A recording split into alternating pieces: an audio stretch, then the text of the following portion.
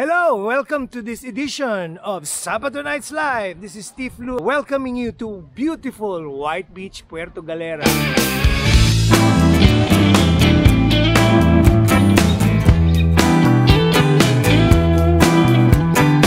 Makikilala niyo po ang mga rock stars dito sa Puerto Galera at maintindihan niyo kung bakit napakalawak ng musical heritage ng community dito. So, enjoy the show! Alright, so anyway, isa pang OG ang nakausap natin dito sa White Beach. Pinuntahan natin siya kasi nung mga bandang siguro 2006-2007 tumira ako dito sa Puerto Galera. At kapitbahay ko si June Lupito. Doon siya sa Calau's Place, ako naman doon sa Dolphin Bay. At tuwing Sabado nights, sinusundo ko siya at bumibisita kami doon sa Coco Aroma na pag-aari naman ni Mr. Joel De Vera. Pakinggan naman natin yung storya ni Joel. Alright, so dito tayo ngayon sa dating Coco Aroma, White Beach, Puerto Galera. Kasama natin si Mr. Joel De Vera. I invited you today para pag-usapan natin yung music scene dito sa Puerto Galera. Kasi alam naman natin na mula't-mula pa hanggang ngayon, actually up to this day, very active ang Puerto Galera music scene. You are very much a part of that. Hoy, thank you. Naalala ko nung 1995 yata, yung unang event na inorganize natin dito. The Puerto Galera Music Festival, sponsored by San Miguel at that time. So, nung 1995, 96, 97, or 96, 97, 98, we did 3 successive years of the Puerto Galera Music Festival. Diyan tayo sa White Beach, yung kino-cordon off natin, we sell tickets, and then we featured a lot of artists. Of course, that was not the first. Yes. The first one was with Lou Bonneville. Yeah, the first one was we did it in Concord with Dimitri Productions, Lou Bonneville. Lou Bonneville, yes. And Toto Hetica. Okay. Asawa niya, no? Yes. And then, the following year, yung kay Jamie Wilson naman. Yes, it was, I think, entitled Under a Full Moon. Right. You were very much a part of that. Well, yes. During that time, after the first, so medyo pumunta ko sa Manila because it was sort of pioneering then. Right. Nobody was doing beach concerts at that time. So Maricel and Rolly Maligad of Coco Jam introduced me to Jamie Wilson. And these guys are from Rep anyway. So, si Monique Wilson and the also sister. Monique Wilson, she was also a part of that. So we established a production, so to speak. We named it Big Picture People Production. Big Picture People. Yes, it was Jamie's idea anyway. So Jamie, and so yan, binuo namin yung concept. We talked about the concept, and it was about music and arts. And we were very fortunate. We had an installation by Santi Bossi. Prior to the launching of the installation, there was a performance art done by Jock Napasilan. Okay. And Marta Luvina. Okay. And Benka was here also. He was part of doing the backdrop. So, wow, talagang star-studded affair yan. Yeah, siya yung kumbaga nag-conceptualize yung backdrop. But then it was a collab. So hindi lang siya. He invited friends who are here at that time na mag-participate doon sa paggawa ng backdrop. So it was nice. It was also big at that time. It was fun and artistically it was really swell. Naalala ko kasi yan dahil asar na asar ako niyan, yung Easter yan Holy Week. Easter, San Miguel, ano na kami noon yung Sabado Nights campaign. Yes, sa Baguio kami na-assign. Yung I've always fantasized kasi nung yung kay Lou Bonneville and Dimitri Productions, naalala ko nandun sa tubig yung stage, di ba? So facing the beach, so to speak. Tapos, sumabit ako kay Papa Dom. Of course, Papa Dom was very... Yeah, they were part of the lineup already, and that was at the time where they are really hitting the mainstream. Correct. Naalala ko pa nga, nandun kami natulog sa ilalim ng stage. Tapos, I remember, ang ganda ng show na yun. Yes, it was very... masaya yung tao. Maganda yung music. I don't remember now exactly who were performing. But I remember Tropical Depression being one of them. Yes, Tropical Death, Coco Jam. Coco Jam, of course. Spy. Sa Latin also. Okay. Yan yung una. Sa Latin and Native Science. Of course, anak ni Jing Masilungan. Mr. Make Waves. Yes. Of course, also a staple dito sa Puerto Galera. So yung pangalawa naman, naalala mo ba yung mga artist, no? I don't remember all, no? Pero meron kami isang bisita noon na the band is Love Begets Love. Okay, si ano yan? Jenny Diaz. Very good. And we had Elemento then. Yan ba yung experimental? Yes, experimental. They have their own instruments. Sino yung headliner nung? I think we had Isagani also then. Isagani. Yes, I'm not sure. Coco Jam, of course, was there. Spy, yes, because they were part of the production. Right. Yun yung gusto kong balikan sana, Joel. Dito sa Puerto Galera, I once lived here, di ba, in 2007. Yes. Yun yung kalakasan ng Coco Aroma noon. Maraming event dito. Balikan natin yan mamaya. What do you recall? Anong naalala mo tungkol sa music before 1991? Kailan ka naging resident ng White Beach? 1982. Prior to the organization of the first Puerto Galera Music Festival. Yung Puerto Galera, tambayan na ng mga artists. It's a regular hangout of musicians like Sammy, Rolly, the late Noli Aurelio, Willie Faidona. They come here every now and then. Pero Rolly, malapit lang kasi sa Manila. Yes, and Rolly is already based here. Si Sammy naman, of Spy, of course, whenever he comes home, because he was based in France, so whenever na yung bakasyon siya, he would always hang out here for months. So we had these bonfires and jamming every night on the beach. So nung 83, dito ka na sa White Beach. Ano ang eksena dito nung 1983? Oh, it was really quiet. Wala pang kuryente. Wala pa? Wala pang kuryente. So ang lapad ng beach. So parang malabura yung dating ng White Beach noon, mga kubo-kubo pa lang. Wala pang mga buildings and all that. So yun nga, I suppose that is one reason why the musicians hang out here, apart from mga malapit sa Manila. So yan, nung time na yon, palagi kami naging mga magkaibigan na. So I sold to them the idea na why don't we do a festival? Because we don't have an event that is promoting Filipino music and Filipino art musicians. Plus a venue, a tourist destination. Yes, and that was also one of the objectives, is to promote Puerto Galera as a venue for events, musical events. Ako na ko nakilala si Pino kasi nandito na yan talaga. Pino Fernandez. The late Pino Fernandez. Yes, kasi dito na yan talaga nakatira before that. Nauna pa sa'yo si Pino? Oo, dinatnang ko na yan dito. Saan si Pino nakatira? Yung pinabimbot, sa gitna. Okay. Siya, yung pwesto nila. And Pino at that time, yes, songs already about Puerto Galera. Yes. Hindi nyo natatanong, si Pino Fernandez is also a prolific songwriter. As a matter of fact, kinover ko yung 2 songs niya sa album na ginawa ko noong 2017. Si Pino, naging member din ng The Jerks yan. Yes, he played bass for The Jerks. For a long time. Pati si naging Tropical Depression din yan.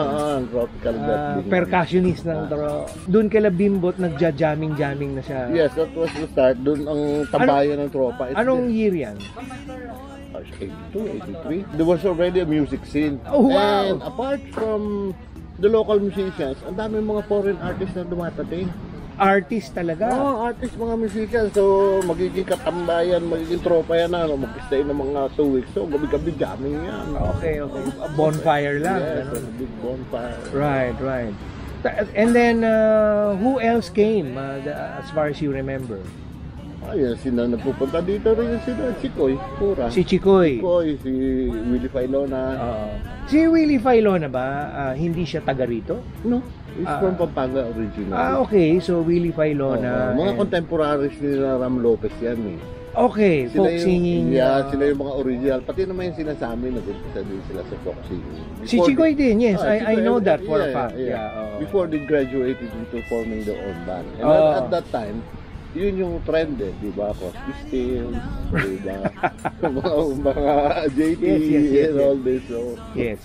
Yun lang ang paraan para meron kang gig. Oh, yes. Kasi wala namang tugtugan pa ng banda nung araw. Yes, that's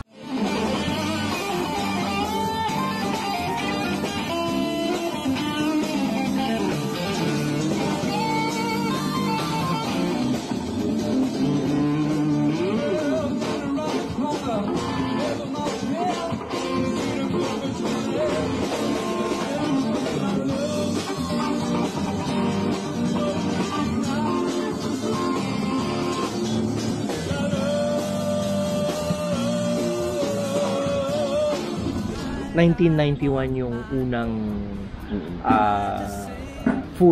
full moon party. Were you in attendance? Yan, naka-enroll ako yung lahat ng mga foreigners dito, hakot namin yan, punta doon. Taxi kayo, taxi, water taxi. Water taxi. And that was, I mean, so far the only gig then. Na-organized. Na-organized, yan, mga, yan. And equipped. Yes, nandiyan na sila John Lupito, yan nga, sila yung mga jerks, si Hill.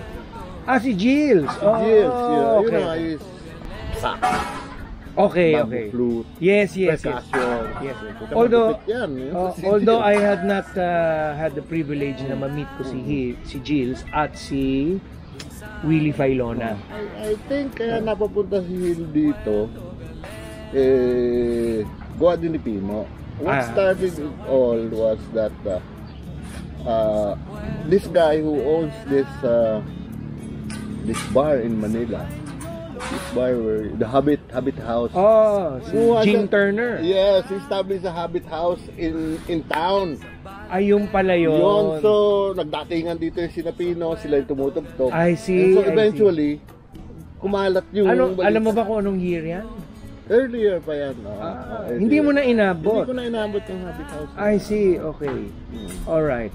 So, balita na lang narinig. Legend na lang. Legend na lang. So, and I think that's the reason kaya napupunta slowly yung mga musicians dito. And then, word came out nila. Then, okay na tambayan mo. Right.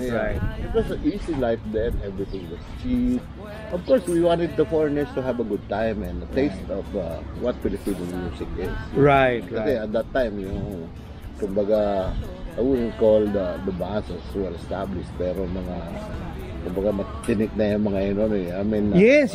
Talent-wise, already developed. Magtaas na ang level. Magtaas na ang level naman. Naalala ko nga yung 95 siguro, ginawa natin yung summer beer kada.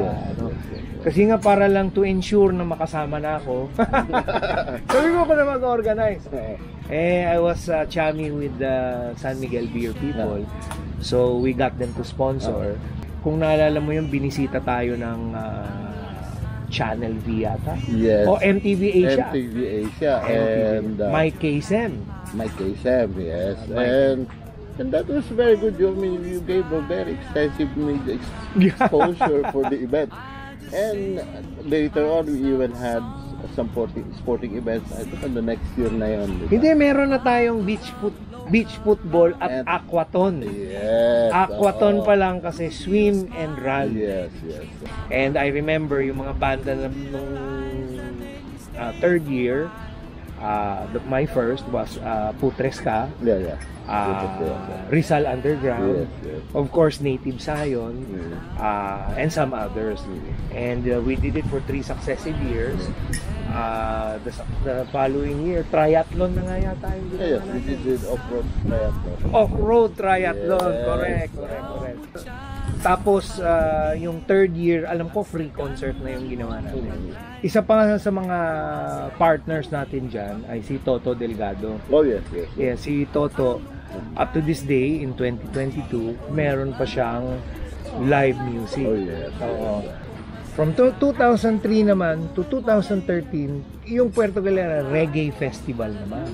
Kay Loloy. Kay Loloy sa Ensenada Beach. Okay, again. That was fun also. That was one, but what I saw there was already a merger of the old, the original, the OGs, the original guys, and the new batch of younger musicians. I suppose. One of the is Turtle Club. Yeah.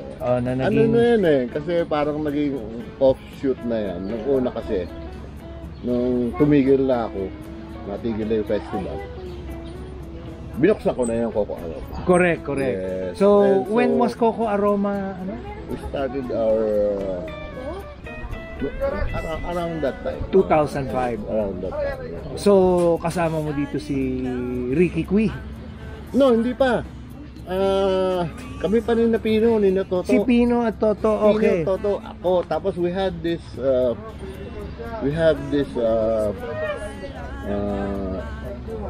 British friend, a very good musician. But at that time, he was playing bass for us. But this guy is so good. But anyway, yun yung naging setup namin. So, kaming ang apat na. Right. Oo. Ako naman, di baka vocals lang ako. baka panda na kayo. Naalala ko yan kasi yung 2007 nung tumira nga ako ng Puerto Galera when I was managing Dolphin Bay. Every weekend nagpupunta kami dito, kasama ko pa si Kido. Kasi kapitbahay kami doon di ba, sa Ensenada. You know, you'd have your Turtle Club, which was a regular. Yung Turtle Club, pag-usapan natin. Kasi, mga miyembro doon ay mga kamag-anakan mo. Again, as you mentioned, siguro na-influence ni Pino at ni Toto. Yes, because I remember at that time, hindi ka ako ng gamit para sa Tugtuga. Tapos yun nga, kami din na Toto. In fact, Toto was playing here for a few years bago po siya tumigil. And then a few years then, bago siya nagtayo ng kanyang bar. I was the one also who convinced him, you need to put up your own bar. Man. Might as well. Yeah, might as well. At that time yan, marami na rin sariling compositions si Toto. Correct. Maganda mga ano niya. I've recorded him. Maganda ang composition ni Toto kasi yan, pati yung mga titik niya.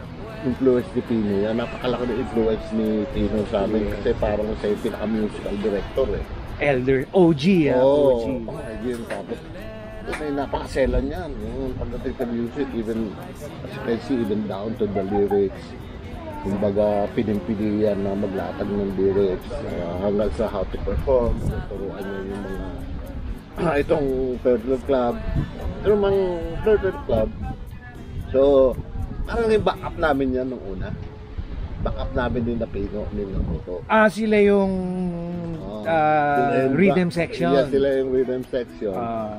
So eventually, when Pino decided to Lilo and Toto as well, so sabi ko sa mga boys, this is the time, tayo na yan. Yes. So, luckily, namunga nga yung Coco Aroma at nagkaroon sila ng venue. Yes. As a matter of fact, yung Coco Aroma, other than the fact na bumibisita kami dito ni Kido every weekend, nakikita namin si Toto dito at si Pino. Lagi ko nakaka-jam yung mga boys, the Turtle Club, no? At minsan dinala ko pa si dito, si Gary Perez. Yes, I remember Gary Perez. This is eto na yung Malasimbo. Right? Malasimbo, I think started in 2013. The best time I've ever had in Malasimbo was that Monday night where they featured all local musicians. Yeah. Naalala mo naman siguro yun. Yes, because we finally convinced the organizers na to do a night for local musicians. Kasi nakailang taon na sila. Right. Mostly foreign and artists from Local artists, Filipino artists. During this time, ang dami na ng banda sa Puerto. Correct. So, sabi yung Coco Aroma also became a venue for the local musicians. So, inumpisa namin yung open mic na concept. Okay. At that time, parang wala pa ako naririnig na gumagawa niyan. So, that's also a part of it. Come on. Parang sa mga guests doon, pwede tayo kumanta doon. Right. And apart from that, naging tabayan na rin ng Coco Aroma ng mga bagong generation ng mga musicians. Sino sikat?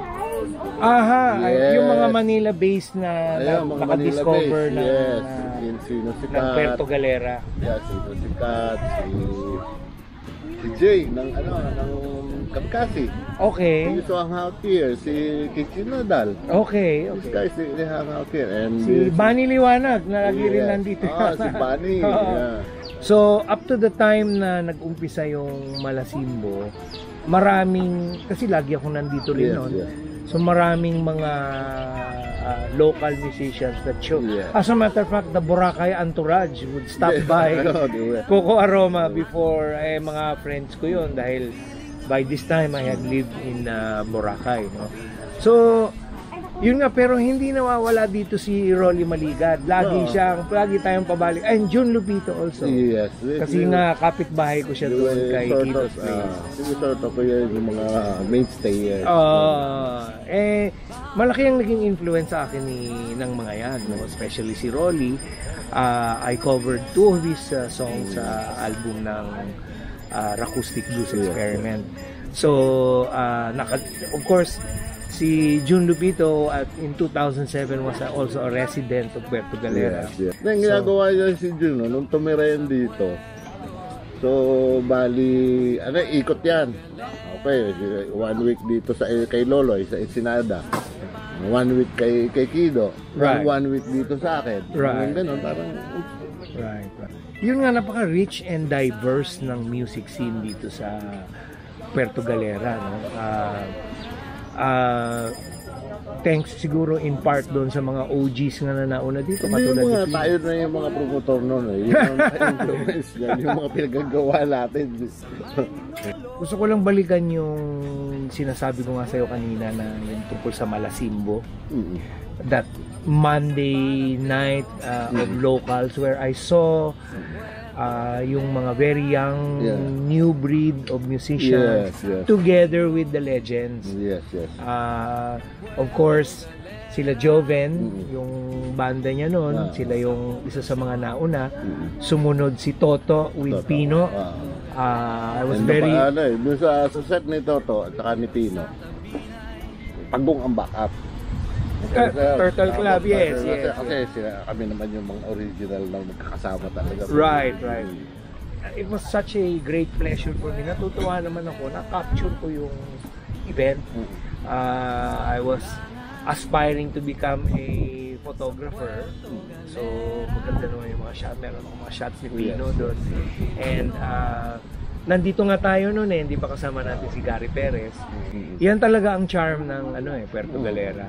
So I was very lucky to be part of the scene then. Anyway, so diyan na nagtatapos yung interview natin with Mr. Joel De Vera of Coco Aroma. Sana nag-enjoy kayo at pag susunod na bisita ninyo dito sa White Beach, pwede nyo bisitahin yung Seaside Grill na dating Coco Aroma. Baka makita nyo si Joel dito, meron kayong makakwentuhan. The music lives on. Yes, there you go. Thank you. At this place. Thank you very much. Thank you for it's my pleasure. Ang susunod naman natin nakausap ay isa pang kaibigan na familiar sa kasaysayan ng music heritage ng Puerto Galera. Dati siyang may tindahan doon sa may Muelle Bay. Pangalan ng tindahan ay Make Waves, kaya siya ay binansagang Mr. Jing Make Waves. Nakausap din natin siya tungkol sa kanyang experience dito sa Puerto Galera, lalong-lalo na nung isa pala siya doon sa mga unang bumisita kay Mr. Kido Calao. Pakinggan natin yung storya ni Jing. Alright, so mabalik tayo doon sa kwentuhan natin tungkol sa Puerto Galera. Okay. Pero mabalik tayo before Johnson na pinag-uusapan na rin natin yung music scene ng Puerto. Nag-produce ako ng maraming concert sa Welye. Yes, I know. I performed in one of them. Di ba? Yung nadala ko sila, sila Prettier Than Pink. Ah, talaga? Oo naman. Aba. Hindi pa kumakanta, kakabahan ka na. Diba? Tapos, andyan pa yung kasama nila yung Orient Pearl. Orient O, Pearl. diba? Tapos, ang sound system ko, yung top of the line ng panahon na yon. Teka muna. Exile. Yes. Kailan ba yung mga yan? Matagal na rin eh. Yung 90s ba yan? Kaputo ka ng Ng 90s? Oo, Orient Pearl, tapos Prettier Than Pink. So, ikaw yung nag-organize ng event sa Muelle? Samuel, yeah. So, marami ka ring napadala dito nung the mighty 90s. Oo Ika naman. nga. Mayroon akong isang magaling mag-sponsor. Para ka-deal ko. Ako na yung sa venue, ako na yung sa lugar. Right. So basically, nandun sa Muelle Bay yung yung stage. Yeah. Yung truck. Yung float, pero pa din may truck ng basura. Oo. Pero may floating bar kami Yung doon. Liki-Tiki. Liki-tiki. Ah. Classic yan, Liki-tiki. Di ba nagano rin ng Dito rin Liki-Tiki sa Ensenada? Ensenada, Nasa Ensenada Beach nga pala kami. Dito sa kung saan ginanap yung Puerto Galera Reggae Festival. At abangan nyo lang at baka bumalik uli yun. Yan. So nung 90s nag-organize ka ng events doon. Tapos eto na, Malasimbo na. Oo, iba naman yan. Iba rin yung Malasimbo, no? Iba. Ang gaganda ng mga taong Ay, dumarating. sobra. Nagre-reporting for duty lahat sa'yo yun. Oo, syempre. Tapos doon pa yung sa shop ko yung pinaka bago ka makasakay sa Liki-Tiki, yung Malasim boat. Doon ka dadaan sa shop. Okay. Doon nakatambay yung mga Ingleserang mga nagche-check. Okay, diba? Puro taga Maynila yun. Magaganda. Magaganda lahat. At saka ang balita nga, fully booked daw lahat ng resort. Fully booked. Pati yung Liki-Tiki, dalawang biyahe yan. Kasi hindi na pwedeng accommodate sa unang biyahe. Wow. Nakadalawang araw yan. Na talagang And you attended all the Malasimbo dito sa taas. hindi ka na nakapunta sa White Beach? Hindi, kasama rin. Di ba magkasama tayo? Kila Toto, tumambay muna tayo. Tapos Right. magkasama tayo. Ang bilis ng panahon. Right. Doon lang sa lamesa dama kung hindi nakapunta. Mas interesado ko, Jing, dun sa mga local scene. Halimbawa, sa White Beach, sino ba nauna nagpatugtog dyan? Sa tugtog na yung kay Joel. Coco Aroma. Coco Aroma. Yan. Pero yung mga acoustic ng bago nag-Coco Aroma kasi na yan full band na yan. Right. Kaya paring Bimpot. Okay. Ayan. Ano ba, Balien? Hindi Arco Balien, yung parang Seaside. Peter's Inn. Peter's Inn. Si Mang Peter Manalo. Yung Peter's Inn nung panahon na yon, doon lahat talaga hindi pwedeng hindi ka, parang sa Make Waves, hindi pwedeng hindi ka dadaan kay Peter's Inn. Pagpupunta ka ng White Beach. Doon ang venue ng acoustic. Sino mga tumutugtog dyan? Sila Sammy Spy lang naman. Right. Coco Jam. Right. John Lupito. Right. Yun lang naman Yun lang? Yun lang, diba? Tapos may, festival every summer. Ayun. And then, after Peter's Inn, yung kay Joel na. Coco Aroma. Full band na. Full band na. Tamang-tama, nung mga panahon ng Coco Aroma, yung medyo after a few years, tumira na nga ako dito, 2007 yun. 2008. Dito nga ako sa Dolphin Bay. Dolphin Bay. Tapos, kapitbahay ko si Jun Lupito. Di ba doon sa Calao. Hindi ba nga lagi tayong bumabiyahe pa White Beach? Naman. Di ba may dala tayong van? Yun. Sabit-sabit na lahat, di ba? Whatever. Basta may happening Right. Ayaw mong malamangan. Right. So yun yung mga happening, no? Kasama ko si Jun, kasama ko si Jing, Coco Aroma. Diba? Tapos ng Coco Aroma, dito ba sa Sabang, may action ba dyan? Sabang, so para hindi naman siya makukonsider na significant. Yung music? May mga kanulang na, ma-opening yung barko,itahan ko yung local band, tapos sino naman pwede. Right. Pero yung kamong rock scene, yung talagang concert, nagkaroon sa Sabang din, mga nung mga piyesta ng Sabang, like last week, tumugtog kami niyan na nila Odi. Siyempre, ang malaking bahagi dyan, Calaw Place. Yes. Wala pang White Beat sa Music Fest, may Calaw Place na, yung Full Moon. So, after Coco Aroma, may kanya-kanya ng ano. Delgados Jam House. Diyan ulit lumitaw si Toto. Oo, Si Toto ay matured boy na. Talagang ika nga eh. Yes, yes. And Toto is a good musician. Ang dami niyang magagandang Correct. original songs na Correct, talagang yung mga bata kino-cover yun. Yes, yung yes. mga dalampasigan niya. Yes. Ay, wow. Doon ako nag-i-stay ngayon at laging jam pack, lalo na kagabi. Wow. Oo, Sabado eh. Jam pack. Friday. Sabado night, Friday. syempre. Oh, Sabado night. Oo. Ngayon. Ngayon. Wow.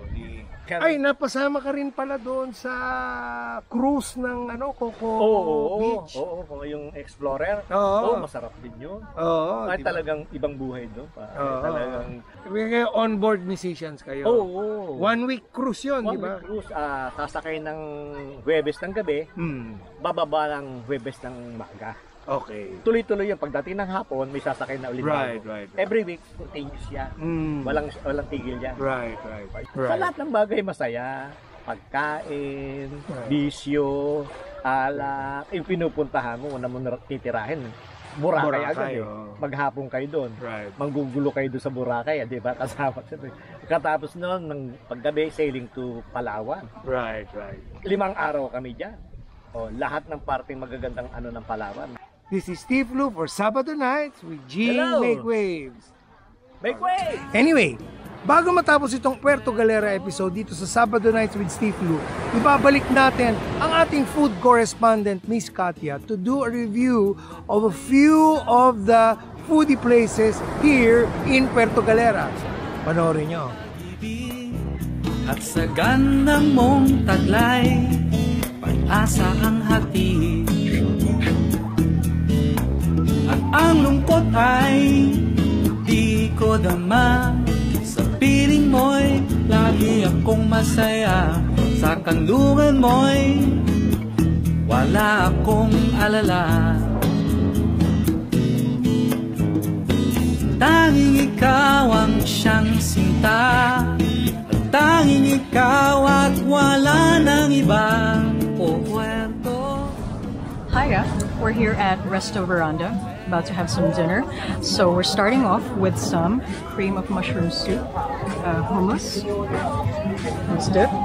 And yep, that's the cream of mushroom soup. And for our mains, we are going to have a seafood risotto. Sounds lovely, right? But the biggest surprise for me is this one. Doesn't that look lovely? It's a mango margarita. I love the presentation.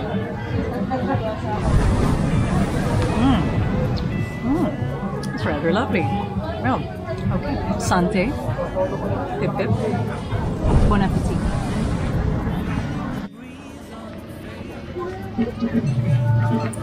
This is our seafood risotto, and I have to say it looks rather magnificent. I love the look of the prawns.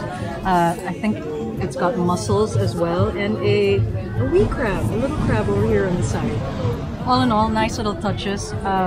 I am enjoying this hummus and with the feta salad. It's absolutely fantastic, very flavorful. There's just the sort of thing I was expecting here after the deluge of Filipino food and pizza and pasta that we've been having for the past few days. This is a welcome treat. So again, bon appetit.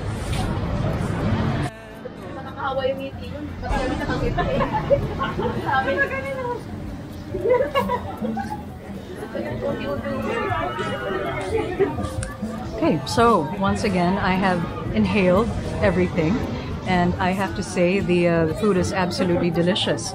The risotto was buttery and infused by the flavors of seafood. I ate everything except the little crab, of course, but the mussels and the squid were cooked perfectly, not rubbery at all.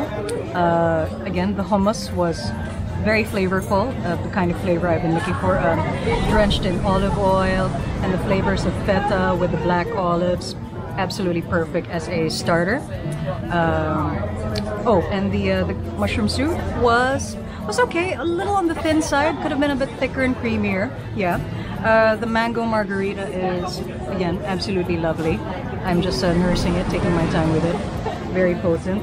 And okay, the first thing that actually struck me here was this beautiful menu holder, which looks like it was crafted by the Mangyan tribe, who actually have a sanctuary, a village up in the mountains, and I'm definitely planning a visit there during this trip. And in terms of location, well, Resto Veranda is found here on the quieter side of White Beach. Some notable places nearby are Coco Aroma next door and Beach Frog, where we had the fish and chips. The place is charming, absolutely charming. It has that sort of European bistro feel, so it's still casual but more refined, more sophisticated than your usual offerings on the beach. It's very pretty, very, very nicely done. I love what they did with the plants and the capiz lanterns, the fairy lights, and the dried branches that they've used as decor, and of course the landscaping, the plants on the side. I think if you're going to do a beachside bistro like this is the way to do it. So, and value for money, I think this place is bang for your buck. So once again, bon appetit, santé. And this is your Food Diwata, food correspondent for Sabado Nights with Steph Lou, signing off.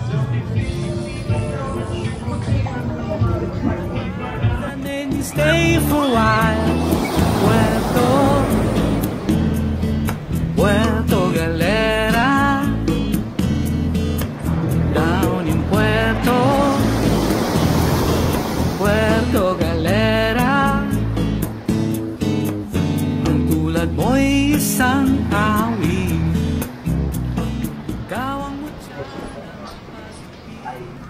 Hiya, we're here at Luca, Cucina Italiana. We are at the very end of Talipanan Beach Cove, which is right next to Aninuan Beach and next to White Beach. So in terms of orientation, you can actually take a motorbike all the way from White Beach to here. You can rent one for about 600 pesos a day, and you can go around the entire island if you want, or all to all the different beaches.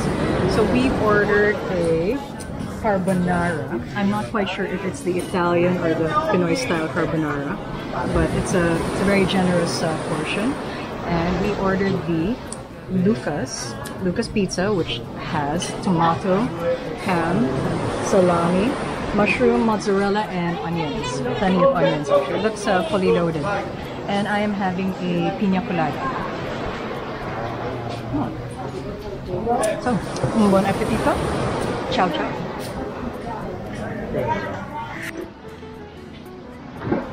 Oh God, I'm so full. That was quite a bit of carbs right there.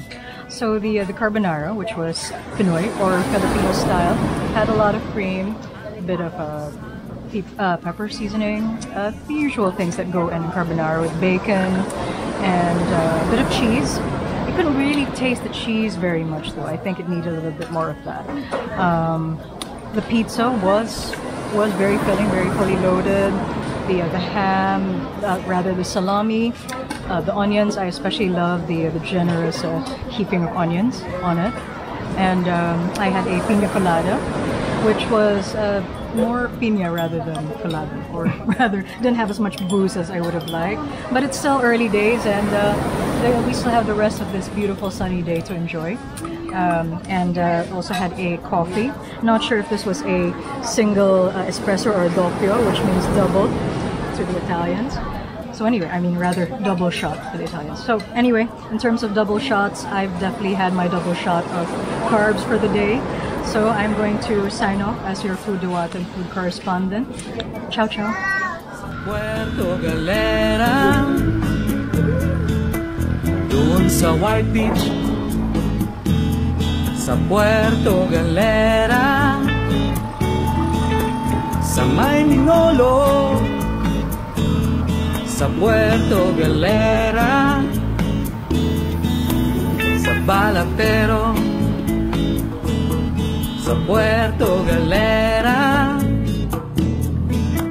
ang Santo Niño ng Puerto Galera. Konnichiwa. We are here at Abe-chan Japanese restaurant. Okay, I'm gonna have a look at the menu and I want to see what I can order. So, I think I'm going to have an old favorite, tempura. And I'm also going to order some, I think I'll try some of the sashimi, the sushi. That's a must. I heard the yakiniku and the teriyaki was especially good. Can't wait to try that. And oh, you know what? I think I want to try the yakitori as well. Okay, I think that looks good. Oh, and for dessert, I think I saw ice cream there. Oh, look, it's Abe-chan. Hi, Abe-chan. Actually, I'm gonna talk to the real Abe-chan. Hi, sumimasen. Hi, Yoroshiku onegaishimasu. Konnichiwa. It's so nice to meet you, Abe-chan. My pleasure. Yes, so please tell us your story, how you started your restaurant. Well, long time ago, I'm working in a Manila Yamasaki restaurant as a sushi chef, and then I'm starting by my own. So this is it because I like Japanese food. So Wow. I do my best. Yes, well, Yamazaki, I go there all the time. I buy my Yeah, Japanese yeah. groceries from there. It's in Little Tokyo, right? Yes, yes, Across yes. Makati City Yes, Square. yes, Great yes. place. So Abe-chan has a lot of experience. And I can't wait to try her food. But I have to say, I really love what gave you you the so idea much. for decorating Wow, this is a Japanese style. This is Yes. Japanese table. Yes, And yes. it's over there is a Philippine table. Yes. Yeah, so customers, they have a choices. Right. Yes. And looks like you used to have a bar as well. I can see Yeah, like sake yes, and Yeah. yeah, but I can't wait to try maybe Yeah. try some real Japanese sake as well, which goes really well with the yakitori, and the ice cream. And tell us about your Japanese ice Yes, cream. my ice cream is my homemade ice cream because I didn't put sugar because I don't like sweet, and then because a lot of customers they don't like sweet, so it's my secret. Oh, same here, and it's a lot Yes, healthier. yes, yes. And I love the idea of freshly churned homemade ice cream because a lot of love and Yes, a lot of, exactly. goes into it. You know exactly what Yes. goes into it. So I can't wait to try. And it looks like you probably order all your seafood yeah, fresh yeah, and yeah, everything. Okay, well, I can't wait to try some really fresh Japanese cuisine. More food. Here we go. Rice, so right. Hi. Yun! Naks! Ito yung pa-side view pa eh. Pa-side view pa eh. You're a surprise. Huling-huli sana eh. Okay, so wow, I am so full. I ate a lot, just as usual. I'm the minesweeper. I cleaned up all the plates. Yes, I did it again. Okay, so we've had the yakiniku. That was really delicious. The meat was really soft, very well seasoned, and we had some gyoza. The filling was very, very tasty. What else we had? Oh, we had the kani salad, so something crisp and light and refreshing, a nice contrast to the tempura, which was very fresh, very flavorful. And we also had the yakitori, which was nicely grilled, perfect, and it had the Japanese rice, which was perfectly cooked. So everything complements each other nicely. But I have to say I'm really, really impressed by the Japanese ice cream, homemade ice cream, as Abe-chan was saying, because it's not sweet. So we tried the hazelnut and the black sesame. Wonderful, absolutely wonderful. And I really, really love this charming home kitchen. So you have all this eclectic decor, Japanese touches here and there. I wouldn't have minded having a bar here though, so I could sit at the bar and eat like izakaya style. That would have been really nice. But all in all, Abe-chan. Hi! Hi! Hello! Abe-chan, what would you like to say to our viewers? Well, if you come to Puerto Galera, please don't forget to find my place, Abe-chan Izakaya Japanese restaurant, and I will make sure you enjoy my food. Okay, so this place is a hidden gem. I completely did not expect it, but thank you to Toto and Sheila for the recommendation that we discover this wonderful place. It's a hidden gem again, a treasure in the middle of, I mean, we wouldn't have known otherwise. Oh, Abe-chan, you are on Facebook? Abe-chan Japanese restaurant. Oh, okay, there you go. So please make sure you like and follow her page so that, and when you're in Puerto Galera, please do visit. Domo arigatou gozaimasu. Hi, do itashimashite. Wonderful. Hi, konnichiwa. Here we are again. Welcome to Abe-chan's Japanese restaurant. This is a hidden gem here at Aninuan, Puerto Galera. Make sure that you look for Abe-chan, the owner, the lovely owner. And you can also find her on Facebook, Abe-chan's Japanese restaurant. Hi. Hi. Hi. Super kawaii. But I also noticed, oh, you have so many cute neko-chans. Yeah. I have 6 actually. Six neko. Oh, neko-chan. What's a neko-chan? Cat? Yeah, neko is cat. So she has like 6 neko. So at least you're not here alone, Yeah. Abe-chan. You have your neko for company. That's nice. I love it. Super kawaii. Hey. Hey, good sunny morning. We are here at Casa Marco Resort, and the terminal is here. It's a very, very popular dining destination. Quick, inexpensive, filling food, all kinds of meal deals and choices. Only rice. With only rice, which is great for big families, big groups, barcadas. So that's perfect, and it's very casual. And then on the other end, you have Spices Restaurant, which is Asian fusion cuisine. But we are going to have brunch at the Cafe Marco, which is actually my favorite of all the Casa Marco restaurants. Hey, we're here to have brunch at Cafe Marco. They have a great all-day, all-night breakfast menu, but they also do a lot of sandwiches, pasta. They've got chicken wings as well. And I think they do hot drinks and milk tea, my favorite. Maybe I might have one of those together with brunch. So Cafe Marco, which is owned by Casa Marco, has a beautiful collection of vintage scooters, vintage motorbikes, and bicycles, which I think adds a really nice character to the place. So that's why this is my favorite brunch place here. But so I'm thinking, I think I know what I already want to order, and I think maybe Stiff does too. And what do you think, baby? Let's go in and check out our brunch.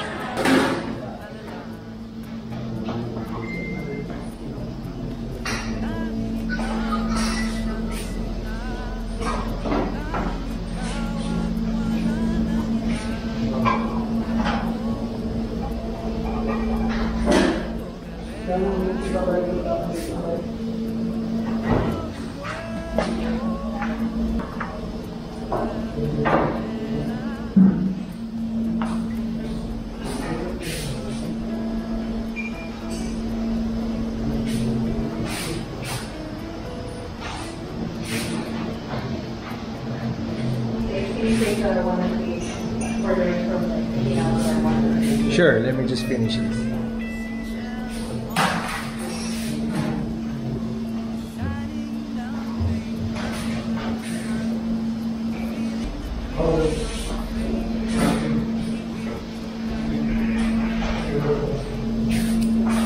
We're here inside Cafe Marco, which is nice and quiet compared to the noise outside of the terminal, which is absolutely bustling and busy. Yeah, I prefer this kind of nice, quiet atmosphere for our brunch. I've already spied what I want. So for the all-day breakfast, imagine that, 24/7 breakfast. I'm so happy. I think I'm gonna go for the spam and bacon galore. And they already have a classic English breakfast, which I think I had last time, which was excellent. So, you know, it's fully loaded, it's got everything you want in brunch. And of course, you got the cold and hot drinks. I can spy my favorite milk tea. So yeah, come on, let's go and have brunch.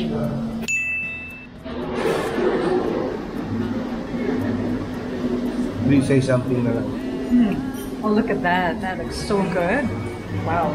Spam and bacon, a good heaping portion of bacon, 2 sunny side up eggs, and a lot of garlic rice. I'm really, really wanting to dig into this. Come on, let's dig in.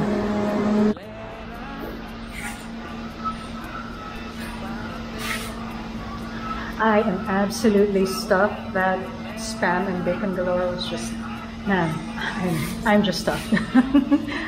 So forgive me if I'm having a little difficulty talking about it, but I do want to talk about Cafe Marco. So, you know, the food is good. It's filling, very reasonably priced. Stiff had the salmon, which was quite good. Had a really nice mango salsa to go with it to offset the saltiness of the food. So compared to Terminal outside, again, it's a lot quieter. It's a nice more private space where you can have a quieter meal, quiet breakfast away from the crowd. And as part of the Casa Marco Suites, they also have Spices, which is their Asian fusion restaurant, which is a more intimate dining experience, and it's also facing the beach. Which reminds me, actually, they also have a place called Food Trip, which is kind of like in the central part of the beach, White Beach. Very similar to Terminal, you know, cheap, inexpensive, filling food, good for barcadas and big families. And oh, yes, don't forget the unlimited rice, the only rice. That's very, very important. So, you know, speaking of rice, yeah, you know, I am absolutely stuffed full of rice. So this is your food diwata and food correspondent for Sabado Nights with Stiflu, signing off. Keep on rocking. Thank you, Miss Katya. Abangan nyo uli next week. Another destination, another meet, another food treat for you here on Sabado Nights with Steve Lu. So, this is me saying thank you to all my guests today, Joel De Vera and Miss Katya. Thank you very much for gracing our show.